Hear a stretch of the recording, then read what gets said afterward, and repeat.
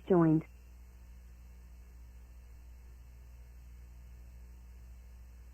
Commissioner Martin, can you hear me? Yes. Thank you very much. We'll start shortly. Okay, thank you.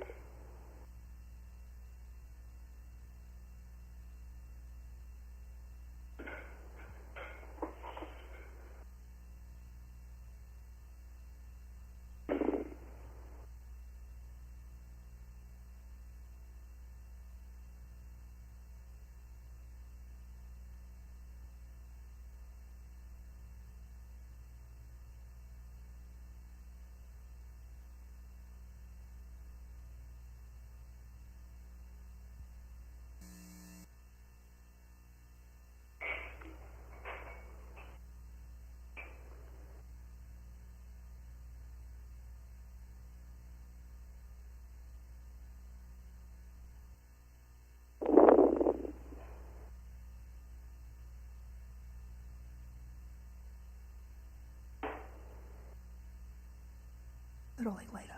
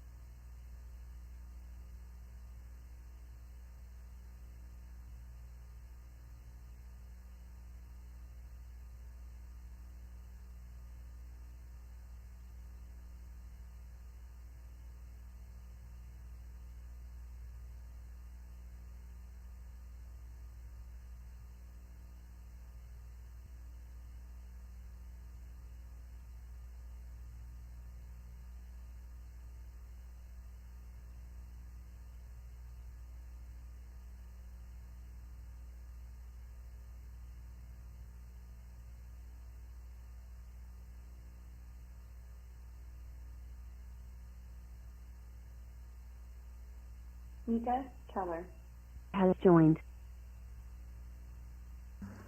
Commissioner Keller, can you hear me? Yes, I can hear you. Thank you very much. We'll start shortly. Thank you.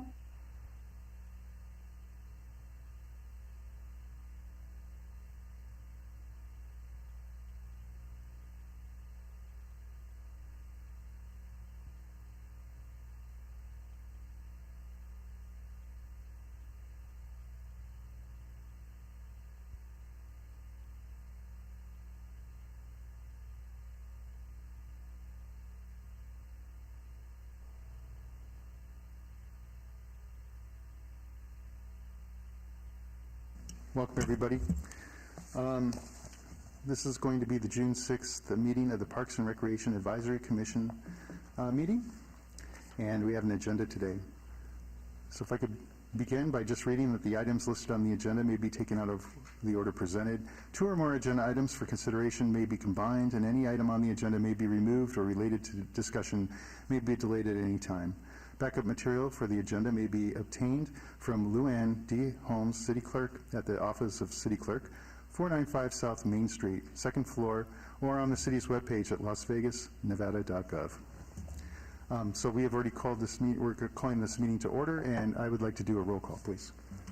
Chair Becker. Here. Vice Chair Niger. Here. Commissioner Sherman. Excuse Commissioner McCurdy. Here. Commissioner Armenian. Here. Commissioner Gabray. Here. Commissioner Breer. Here. Commissioner Aslan. Excuse Commissioner Howard. Here. Commissioner Keller. Present. Commissioner Johnson. Here. Commissioner Martin. Here. Commissioner Zamora. Excuse Commissioner Burgos. Here. Commissioner Cornwell. Here. Thank you, Chair. You have a quorum. Thank you. Do we have, I'd like to do an announcement regarding the compliance with the open meeting law. Are we in compliance? We are in compliance, Chair. Thank you very much. I'd like to start out today with public comment, item number 3. So comment during this portion of the agenda must be limited to matters on the agenda or action. If you wish to be heard, come forward, give your name for the record. The amount of time and duration, as well as the amount of time given to any single speaker is allowed, may be limited. Do I have anybody from the public who'd like to come up? Seeing none, I do have something today I'd like to do in this particular section. I'd like to introduce our newest commissioner. She was appointed by the mayor. Her name is Sue Ann Cornwell. She actually works as a volunteer in helping us with the Healing Garden, and she's been doing that since its inception, so it's been about 5 years now. She takes care of this is all on her own. Some of the repairs, the pickup items when they get old, once they're left behind, and all sorts of things. And I went ahead and talked to her a little bit out there this morning, and was hoping that, Sue Ann, if you could go ahead and share a little bit more about that, I'd love to hear you. Hi, I'm Sue Ann Cornwell, and I'm a retired school bus driver in Las Vegas for 32 and a half years. I started taking care of the Healing Garden right after it was built. One of the angels passed away in my truck that night on the way to the hospital, and I just saw a need for some extra care to be taking care of the items that were left. And I ride horses, and I love kids and seniors, and I hope that I can help in any way I can with doing this. Great, thank you so much. Welcome to the commission. Great, and now I would like for possible action to approve the final minutes by reference of the regular meeting of May 2nd, 2023. I assume you all read the meeting minutes. Do I have anybody to make that motion? I make a motion that we accept the minutes as previously read by each commissioner before this meeting. Great, I don't believe we need a second, so all in favor? Aye. Opposed? No? Aye. Thank you all. That has been approved. Now, agenda item number 5, the report by the Department of Public Safety regarding city facilities in all parks, all wards.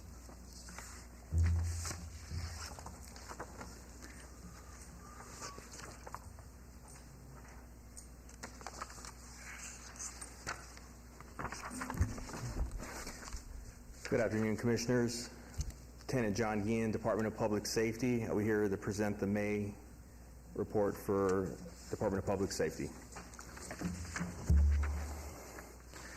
I'm going to start on our arrests and citations.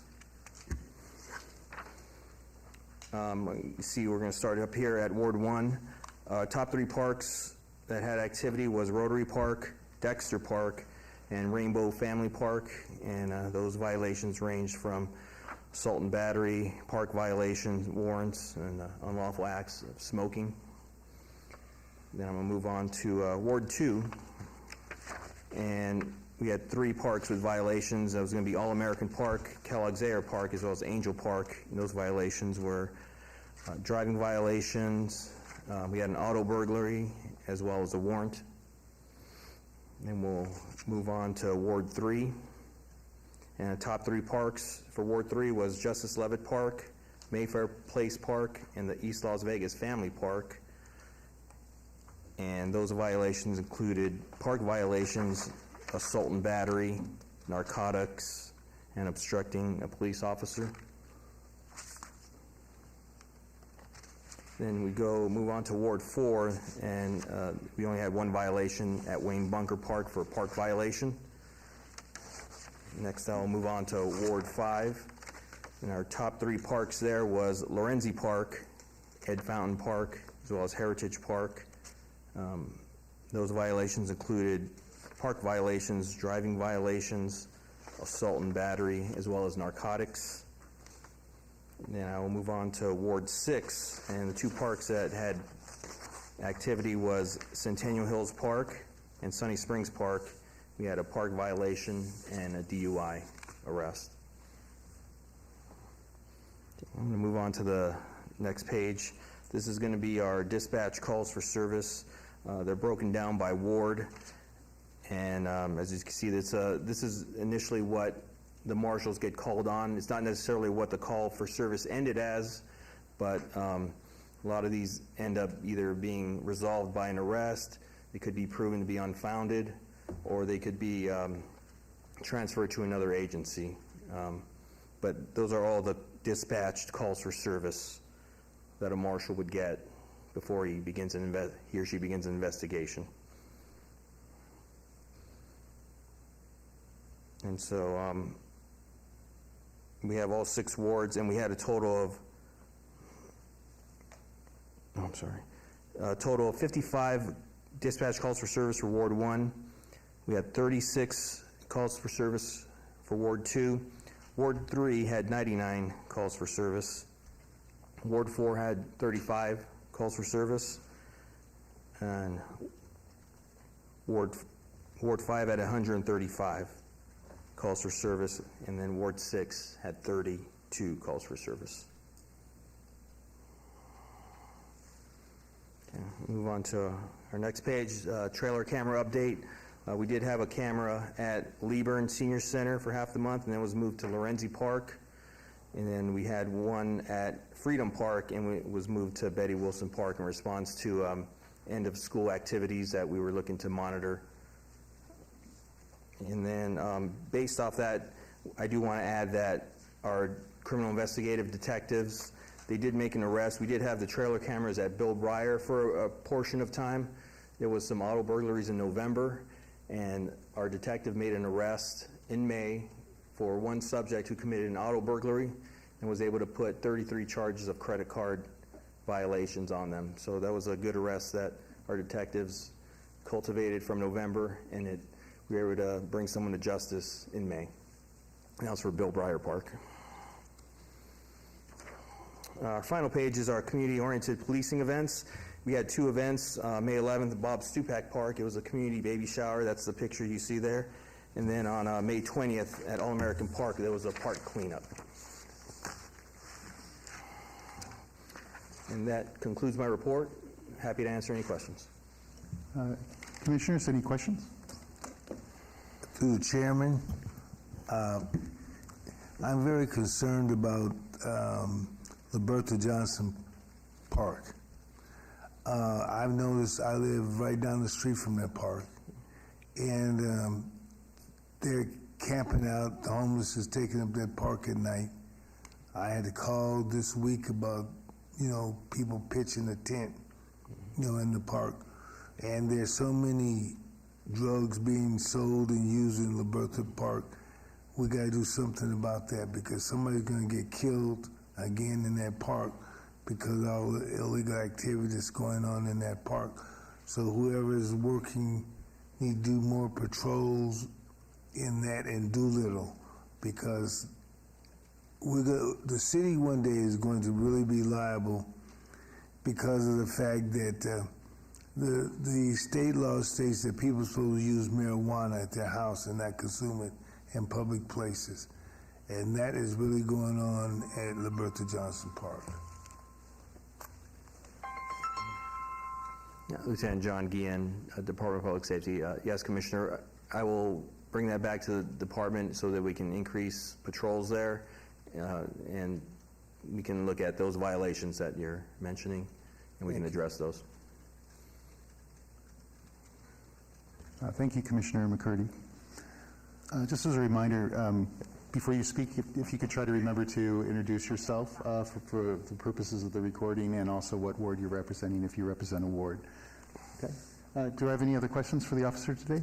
No? I do have one, because I know Councilwoman Seaman is going to be doing a sort of like a presentation on June 16th regarding human trafficking. for the City of Las Vegas in Ward 2. And I was just kind of curious how the City of Las Vegas officers like yourself, Lieutenant, what do you do about that? Is this something that creeps up into our parks at all? Or I was just hoping you could elaborate on that a bit. Lieutenant John Guillen, Department of Public Safety. Yes, Commissioner, we don't come across that very often. Now that we're in the tourist corridor, our footprint is there a lot more. You know, that's opportunities that we can come across that. So we would rely on Metro because they have some of their detectives that are well versed in that. And when we identify situations where we could use their assistance, they're more than happy to come out and guide us and direct them to the right resources. But yeah, we are trained to at least, you know, identify. Identify it. Okay, thank you. Thank you very much, Lieutenant. I don't think we have any other questions today, so thank you once again for an excellent report. I always look forward to this part of it. A lot of times we fill you up with questions. You got off easy today, huh? Right? Thanks a lot.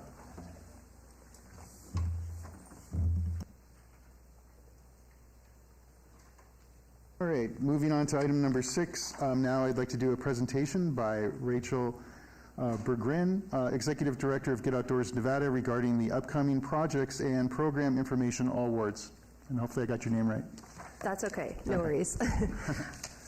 Hi, good afternoon. I am Rachel Berggren. It's Berggren. So the way I always remind people is Berggren.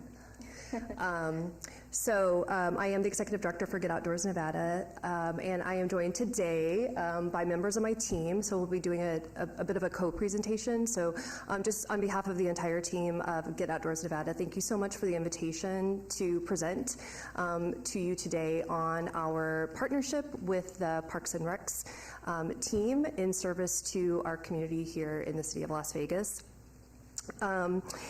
We are going to be talking about the nature of our partnership, and so I'm going to set up the presentation, and then Mihaela, who is our volunteer programs manager, is going to be talking about that aspect of the program. Actually, I might have it a little bit out of order, but Mihaela will be talking about our volunteer stewardship program, and Teresa is here to talk about our youth programs and our native habitat program, which sort of encompasses the entire partnership that we have. And I need this clicker.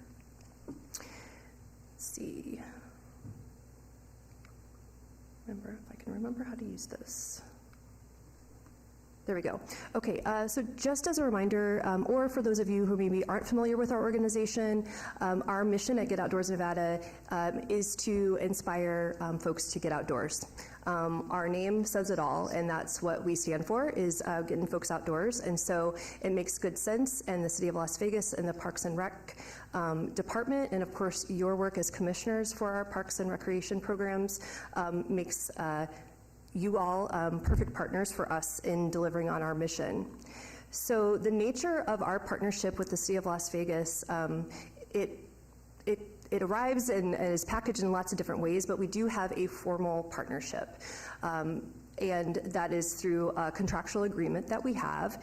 And through that agreement, we have agreed on an annual basis to do the things that are laid out here on this slide. The first is to host 2 volunteer events annually in each of the 6 wards, to host 2 events at the Las Vegas Healing Garden.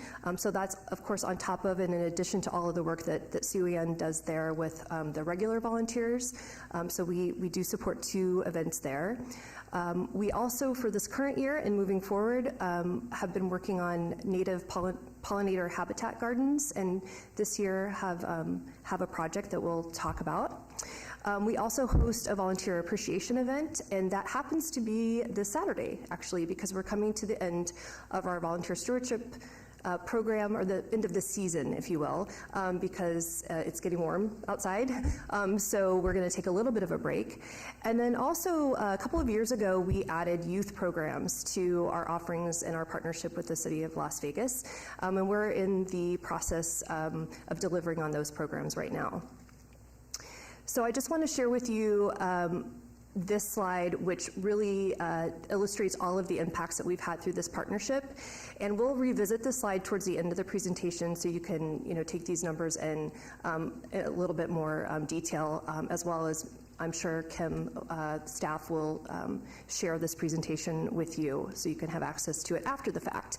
But by the end of this program year, which coincides with the city's fiscal year, we estimate that we will have delivered 21 education programs, that we will have taken 4 field trips to our federal public lands, including taking youth rafting. There's a trip going tomorrow where they're going to go rafting on the Colorado River, reaching 164 youth participants, some of our planting activities, 216 native plants, 57 trees, and then through our volunteer stewardship program, we will have collected about 1,500 pounds of trash, accumulated just under 1,800 volunteer service hours, and engaging over 900 volunteers in those activities. 21 events, actually. So again, we'll bring this slide up towards the end of the presentation. And I just want to, again, thank you on behalf of the entire organization, and I'm going to hand it over now actually to Sharisa, who's going to talk a little bit more about our education programs, and then to Mihaela. Hello, everybody. So my name's Sharisa Tang. I am the Education Program Manager at Get Outdoors Nevada. I've been with Get Outdoors Nevada for about 8 years now, and I'd like to just share briefly about some of our programs. You may or may not be familiar with them, but one of our programs is called Meet Your Mojave, and our intention is to provide an informal program to schools, community centers, to youth. And so these programs are to connect youth to our environment here, to our local ecosystems. So we do a number of different activities, whether it's art, we do a lot of fun games, we like to take them out on hikes. They go, like Miss Rachel said, they're going to be going to Willow Beach, and they're going to be going on a motorized raft with the Hoover Dam Rafting Adventures Company. So we like to organize different events so that youth get these different opportunities that maybe they wouldn't get, if we weren't able to provide them. So that's something that through our partnership with the City of Las Vegas, we're able to fund the transportation. So we fund the buses, we fund paying for the rafting company, and et cetera. So I have pictures here, and these are all some of the things that I just wanted to highlight of the things that we get to do. So for example, last year we were at Cimarron Rose Community Center, and we were teaching kids how to, what are the things that you need when you go camping? How do you set up a tent? What do you need to bring on a day hike? And so you could see some kids setting up a tent. We like to talk about plants and animals of the Mojave, but I don't have any pictures of the summer 2023 because our programs just started last week. That one. Yep. Mm-hmm. The second program I'd like to talk about is our Native Habitat program. This program is a community-based program where we are trying to create urban restoration projects throughout our city. We want to create corridors, so basically ways for pollinators, bees, butterflies, like the monarch butterfly, to be able to travel from, where they come from in Canada all the way down to Mexico. So we want to provide milkweed and different types of plants for them so that when they're traveling through our city, they have a shelter, they have food, they have water. But we also notice that these gardens also provide opportunities for humans for recreation. I have many people that, I actually know someone that was like, wow, it's working. There's pollinators here. So they were really excited about that. And also, it's a great place to meditate and just enjoy nature, especially here in the city. It helps with the urban heat island effect, and also it helps conserve water because our native plants don't need as much. They're from here. We just finished up a program, but I will talk about it after Mihaela. Hello, my name is Mihaela Genova. I'm the volunteer program manager over at Get Outdoors Nevada. So another program that we offer is our volunteer program, which is in line with the VIP program. So our volunteer program, we do cleanup events at different parks and trails. We also include different beautification projects, such as table paintings or any sort of park maintenance that needs to be done. With the VIP program, we include tree plantings, which are very popular with our volunteers. We make it very accessible for the public of all ages and backgrounds for people to volunteer with us. And yeah, we just impact and connect people to the outdoors in that way and kind of get them to care about their outdoor spaces that are in their own backyard. So I'm going to break down the totals per ward now. So this year for Ward 1, we've completed 5 events. We've interacted with 298 volunteers, which got us to 561 volunteer hours. We collected 243 pounds of trash from the parks, and we planted 49 trees and 216 plants, which were part of the native habitat. And then Teresa wants to talk about the youth. Okay.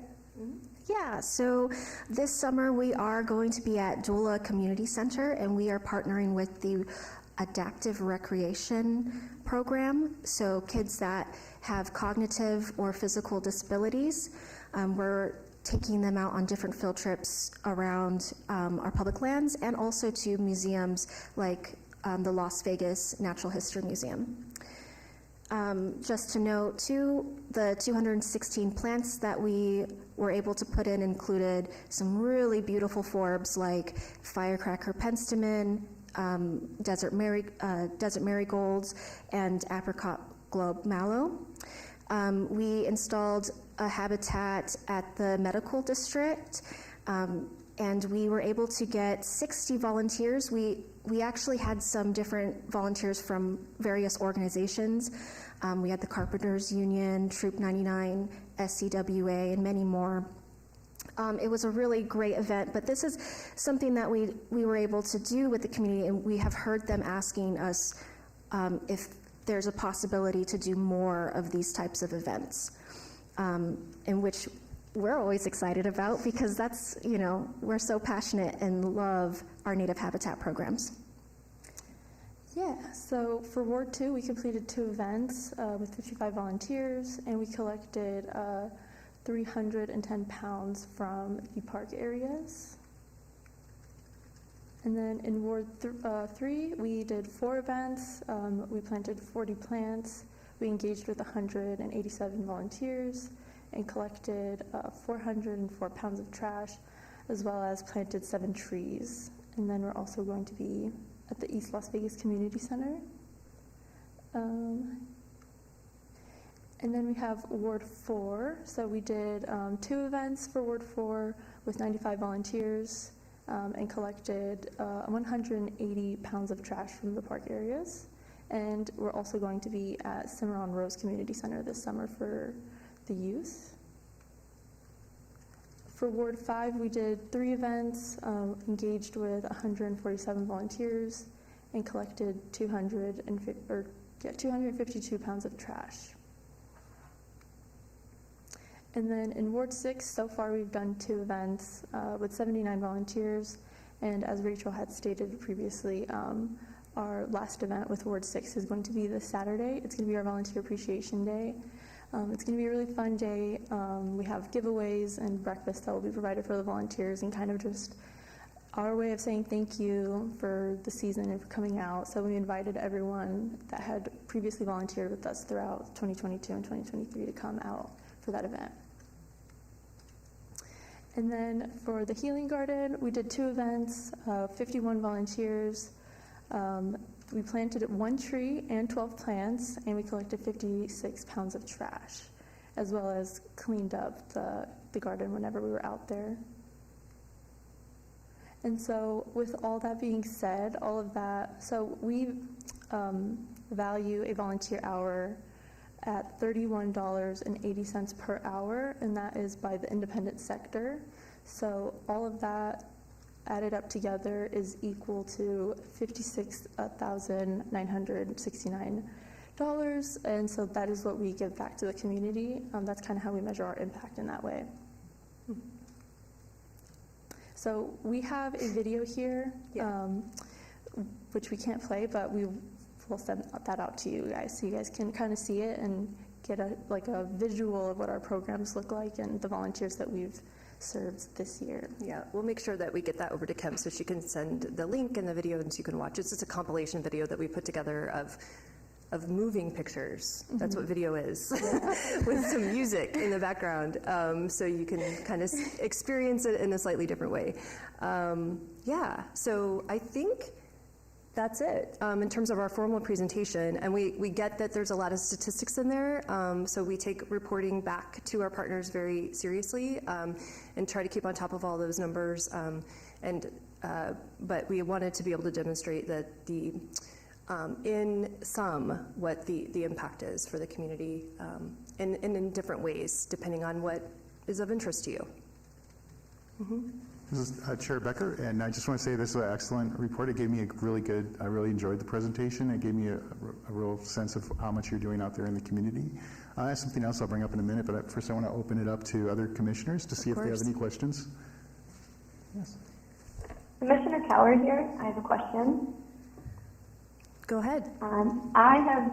Thank you. I have worked with your program and your organization on multiple events, and you are absolutely amazing, so thank you so much. It's very exciting to have your organization in Las Vegas. And all the events that I've joined and participated, I've always brought my 3-year-olds and 4-year-olds with me. I think it's important to get them started at a young age and make sure that they're involved with their parks.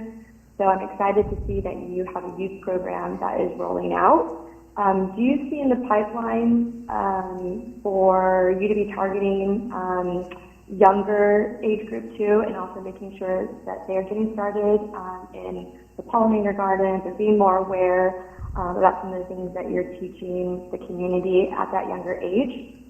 Do you want to take that? Yes. So we already have a lot of different types of programs. So Meet Your Mojave, we do have, and I'm wondering what you mean by younger audiences. Do you mean like pre-K, or do you mean just like K through 12? No, definitely not pre-K, so early childhood development. Yeah. Oh, yes. So we do have some early childhood development programs in our Meet Your Mojave curricula. And so we have provided in the past some programs to different community centers and preschools and things like that. A lot of them, are like talking about desert tortoises and bighorn sheep and just different animals, and we read stories, and occasionally we'll bring a real live desert tortoise to visit the kids and stuff. And then as for our other programs, so this is just a small bit of what we are doing with the city of Las Vegas.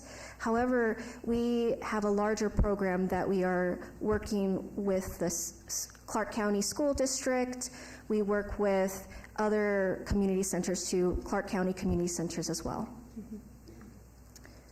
Yeah, this is Rachel Berggren, Executive Director. I would also add we see the libraries as also being an excellent partner, and we have done some partnership with the library district, and some of those programs I think have reached some of the early childhood audiences. I know I helped deliver a couple programs, and they were pretty young kiddos in that program. But we couldn't agree with you more that it's really important to involve kids at a younger age and help to develop that environmental ethic and stewardship, and then just also kind of that understanding of the natural ecosystem in which which they are living, and that here, of course, is the Mojave Desert, and how unique and beautiful it is, and how deserving it is of us taking care of it, so that it's there for us in the future. Yeah, this is Sharisa Tang. I just wanted to say one last thing I was reminded about, and it's a really cool program called Families in Nature that we have done in the past with Winchester Cultural Center. And with that program, it's actually families that are signing up. We pay for the transportation, and we provide guided tours at public land areas, and we picnic and do stuff like that. And so usually it involves little babies and all sort, just the whole family can go. We love that. I know we have another question. Commissioner Gabray, I just love what you do. Thanks so much what you're doing. And I was like a year ago, I believe, I attended one of your volunteer cleanup in Lorenzo Park. I think one of our commissioner, Almondra Johnson, was there. I don't know if she's still there. Oh, yeah, yes. Yeah, so it was wonderful. So when is your appreciation event day going to be, and where?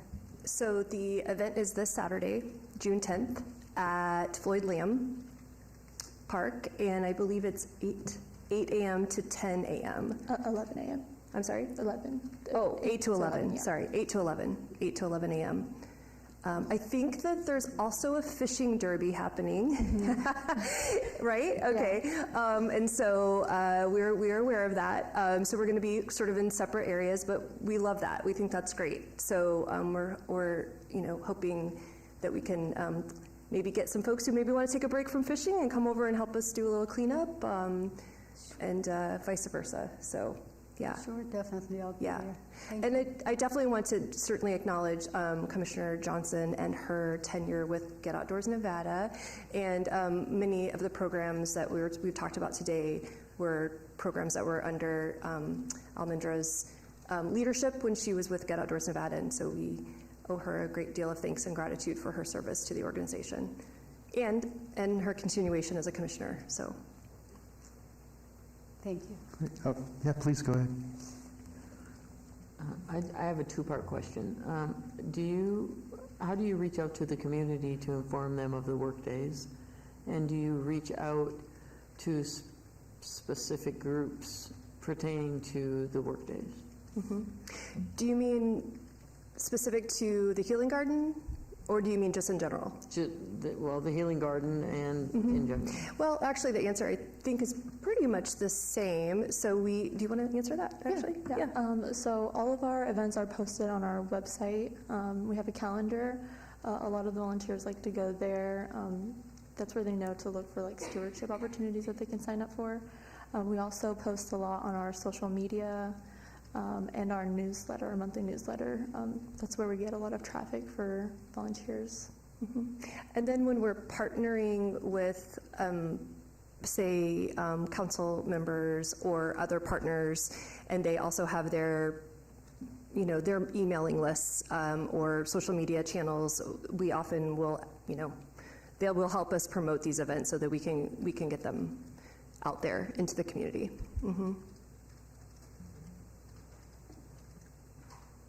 Great.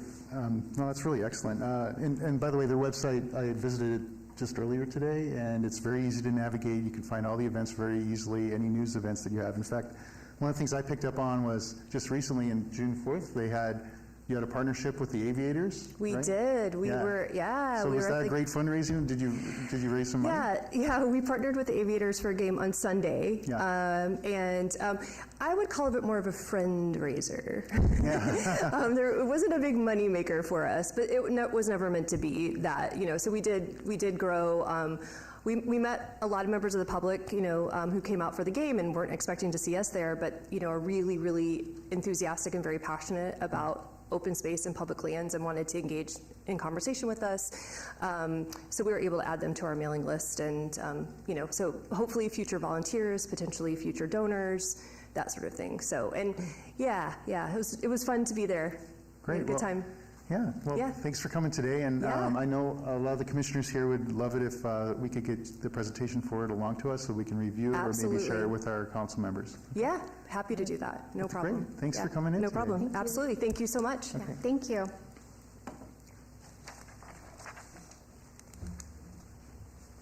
Great. I'd like to move on to agenda item number 7. We have a report by Steve Glimp, Parks Maintenance Manager, regarding parks and maintenance updates, all wards.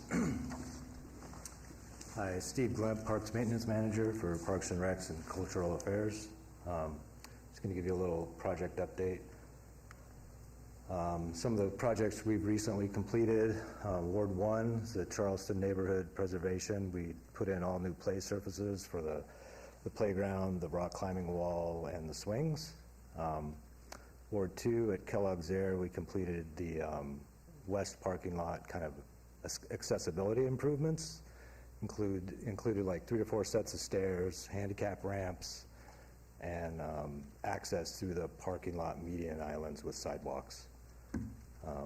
Ward 3 at Freedom Park, we just completed some skate park improvements, repainted all the existing features, and added a big, a large mini ramp to that park, and you'll see it in the photos.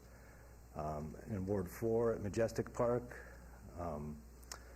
this is kind of an ongoing thing with the ball fields up there. We're doing all kinds of improvements up there, but we just completed a new warm-up area.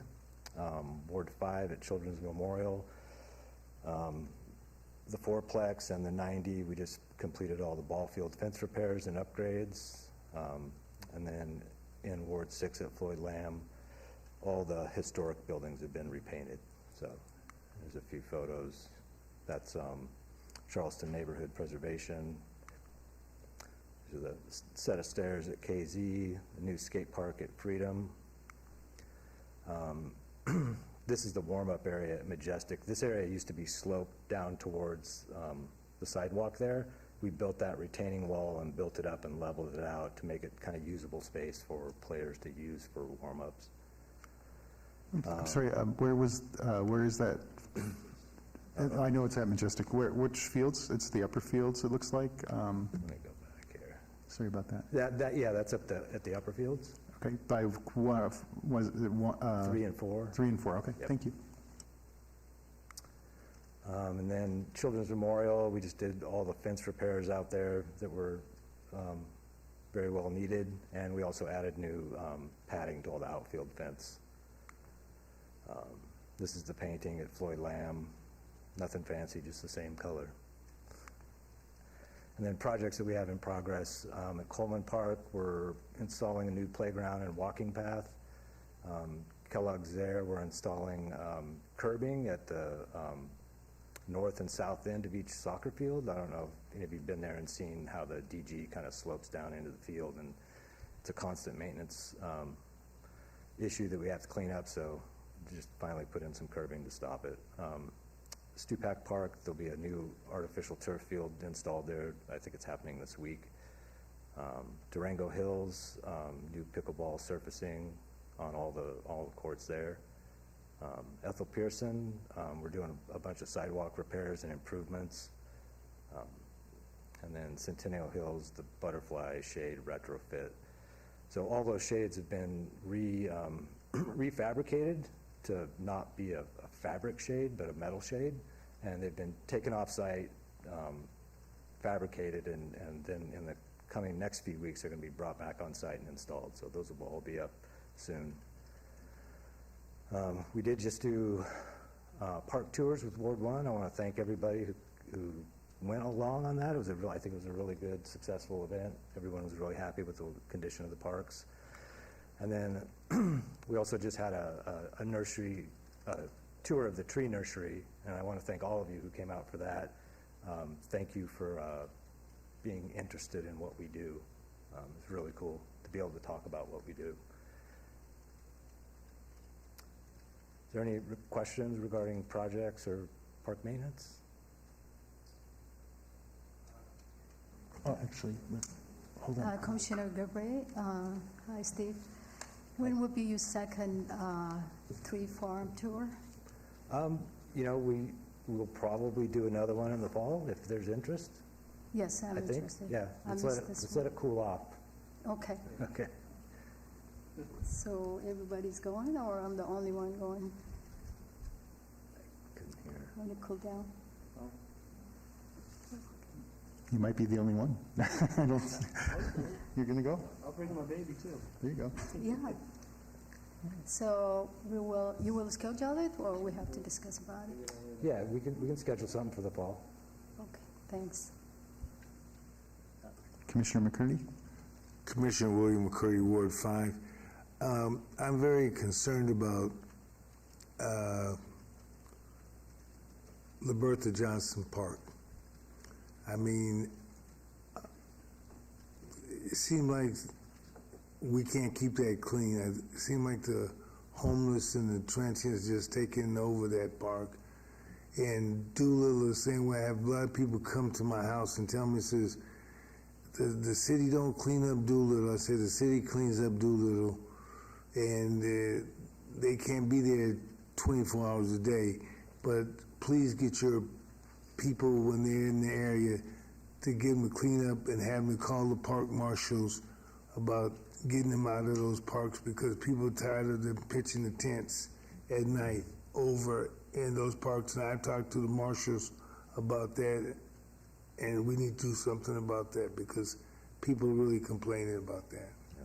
Steve Glimp, Park Maintenance Manager. Absolutely. We'll, with an increased presence, marshals' presence at the park, I'll emphasize to my staff that they're to report any type of illicit activities. So, yep.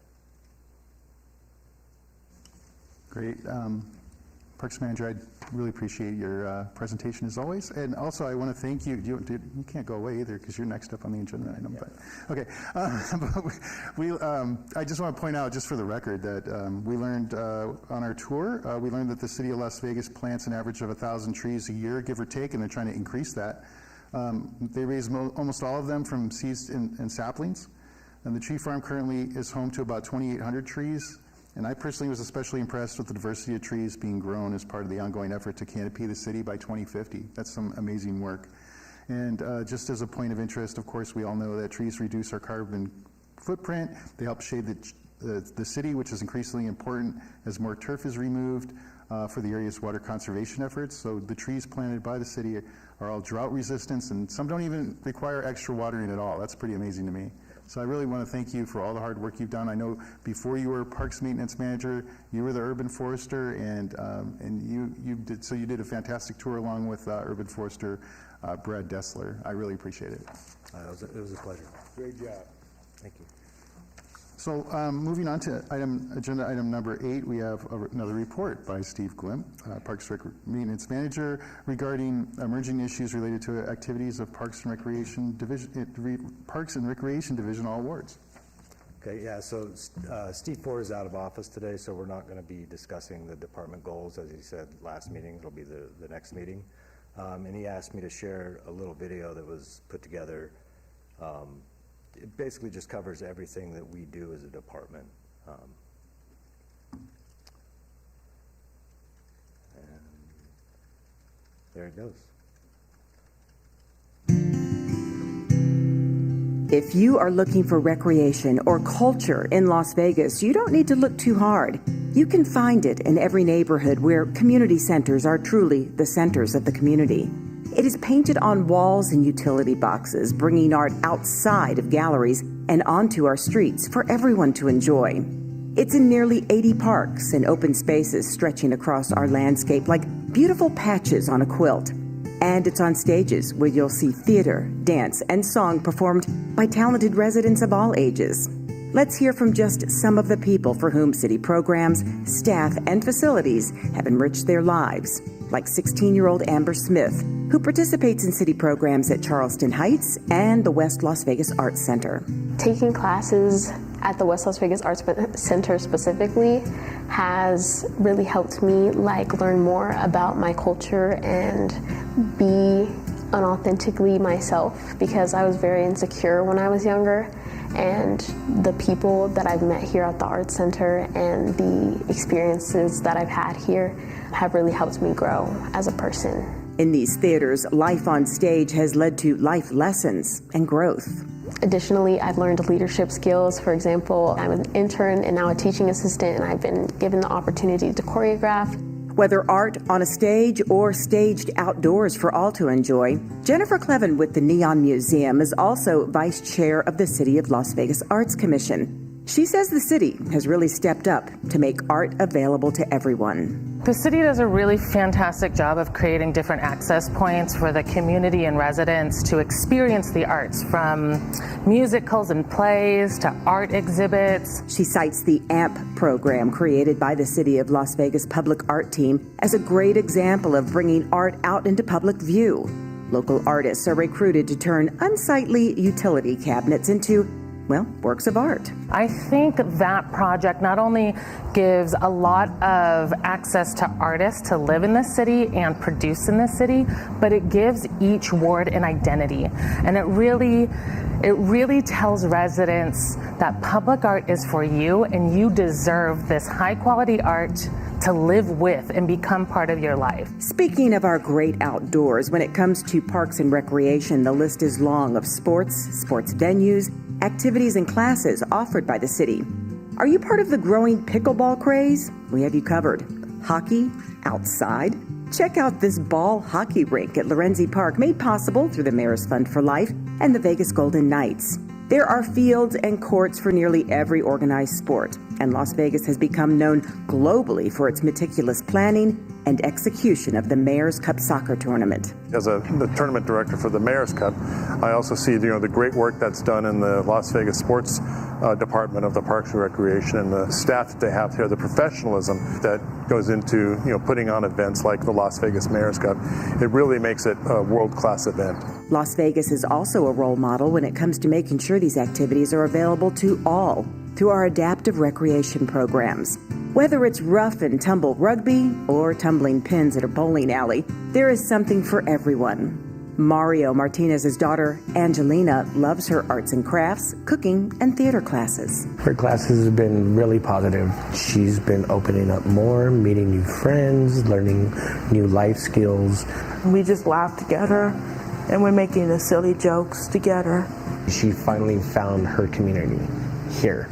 The City of Las Vegas Department of Parks, Recreation, and Cultural Affairs was among several organizations featured recently in a Review Journal special guide to summer fun.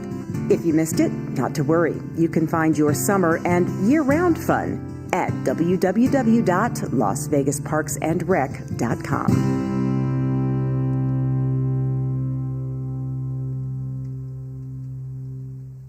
Nancy Byrne here. I hope you enjoyed that story. For more great stories about the city. Great, thank you. All right. Commissioners, do you have any questions or comments? First, I want to say thanks again for the wonderful tree tour. I was born and raised here, and I had no idea that was in the middle of the Northwest area. So thank you so much. I really appreciate it. And I appreciate the initiative that you and Brad are taking, introducing new species to our area and taking this tree from the seed up instead of purchasing other trees from other farms, that sort of thing. I think that's amazing. So keep up the great work. Thank you. And I think I'd like to add that we have a lot of good-looking commissioners, so when you start to show one on video, I think that should become a regular thing because they all look so good. Tim, you got that?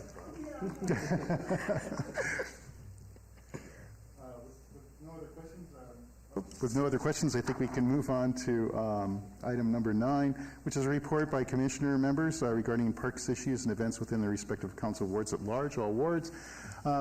Let's keep it a little bit brief, but try to share some of your stuff, if you will.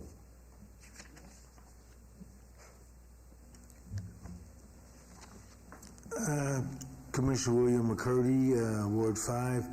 On last Saturday, the 3rd, we had the inductees of 14 individuals into the historic Westside Legacy Park, and also part of the park was renamed after a former city councilman and a Clark County commissioner and doctor at the Community College of Southern Nevada, Lawrence Wickley. And they named the plaza within the Historical Legacy Park after him. Thank you, Commissioner. This is Commissioner Burgos from Ward 6. We have on July 4th, the 4th of July celebration at Floyd Lamb Park. It's in conjunction with Ward 4 as well. It's open to the public. It says, join us for food, fun, and fireworks, and as we celebrate Independence Day. There'll be a live DJ, food trucks, surprises, and other fun activities to come. I think we already, Get Outdoors already commented about the fishing derby, so thank you. So now you get 2 events for the price of 1, or for free. So that the fishing derby is on June 10th at 7:30 a.m., as well as the Get Outdoors Volunteer Appreciation event. And I wanted to say thank you for all you do. Outdoor recreation is very important. It heals the soul. I'm a firm believer in that, so I appreciate all that you do. Mr. Chair, Andy Armenian, Mayor's appointee. I had the opportunity to be one of the individuals touring the tree farm. Highly impressed, and thank you for the staff for what they're doing. I would suggest that as a group, we organize 2-3 events like that, whether it is maintenance centers, to know better what the Parks and Rec does. So that's my suggestion. Thank you.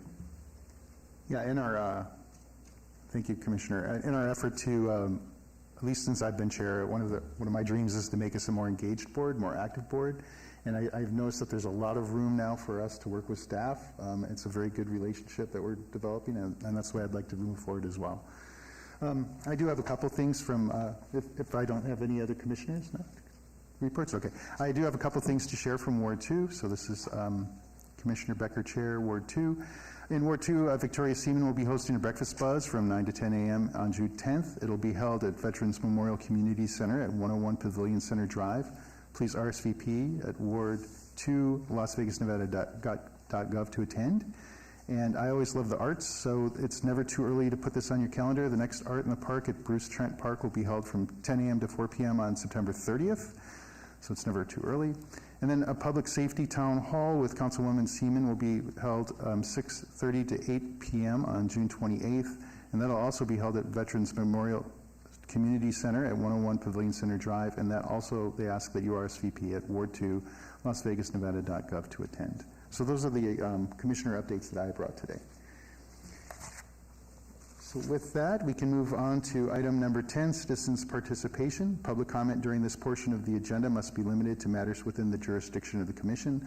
No subject may be acted upon by the commission unless that subject is on the agenda and is scheduled for action. If you wish to be heard, come forward and give your full name for the record. The amount of discussion on a single subject as well as the amount of time on a single speaker is allowed may be limited. Seeing no one here for public comment, I'd like to go ahead and take an opportunity to share 2 things. We started with the Healing Garden, which has a healing prospect, but also a little bit of a solemn feel to it. And we do have a couple of solemn things to share today, and it seemed to fit best in this category. 2 things. So one, I just want to mention to those that might know that today is June 6th, and that's the anniversary of D-Day, when more than 160,000 Allied troops landed along a 50-mile stretch of heavily fortified French coastline to begin the Allied liberation of France from Nazi Germany in 1994. But even closer to home and more important, we talked about it with a couple commissioners, and they thought that this was an appropriate time to bring it up. Some of you know and some of you don't know that our former chair, Malcolm White, who served on the commission for about 20 years, passed away. And most of us found about this when we were taking the tour for the tree trimming facility. There's not a lot of details. Our best understanding is that he had a heart attack, so it was unexpected. He was under a lot of stress with his driving back and forth from California. I know that, but that's about all the details that we know. But just what I'd like to do today, originally for the D-Day, but also for Malcolm White, if I'd like to go ahead and end on like 15 seconds of silence.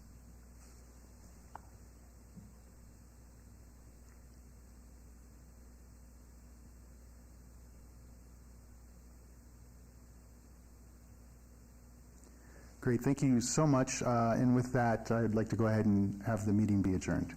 Thank you. Thank you.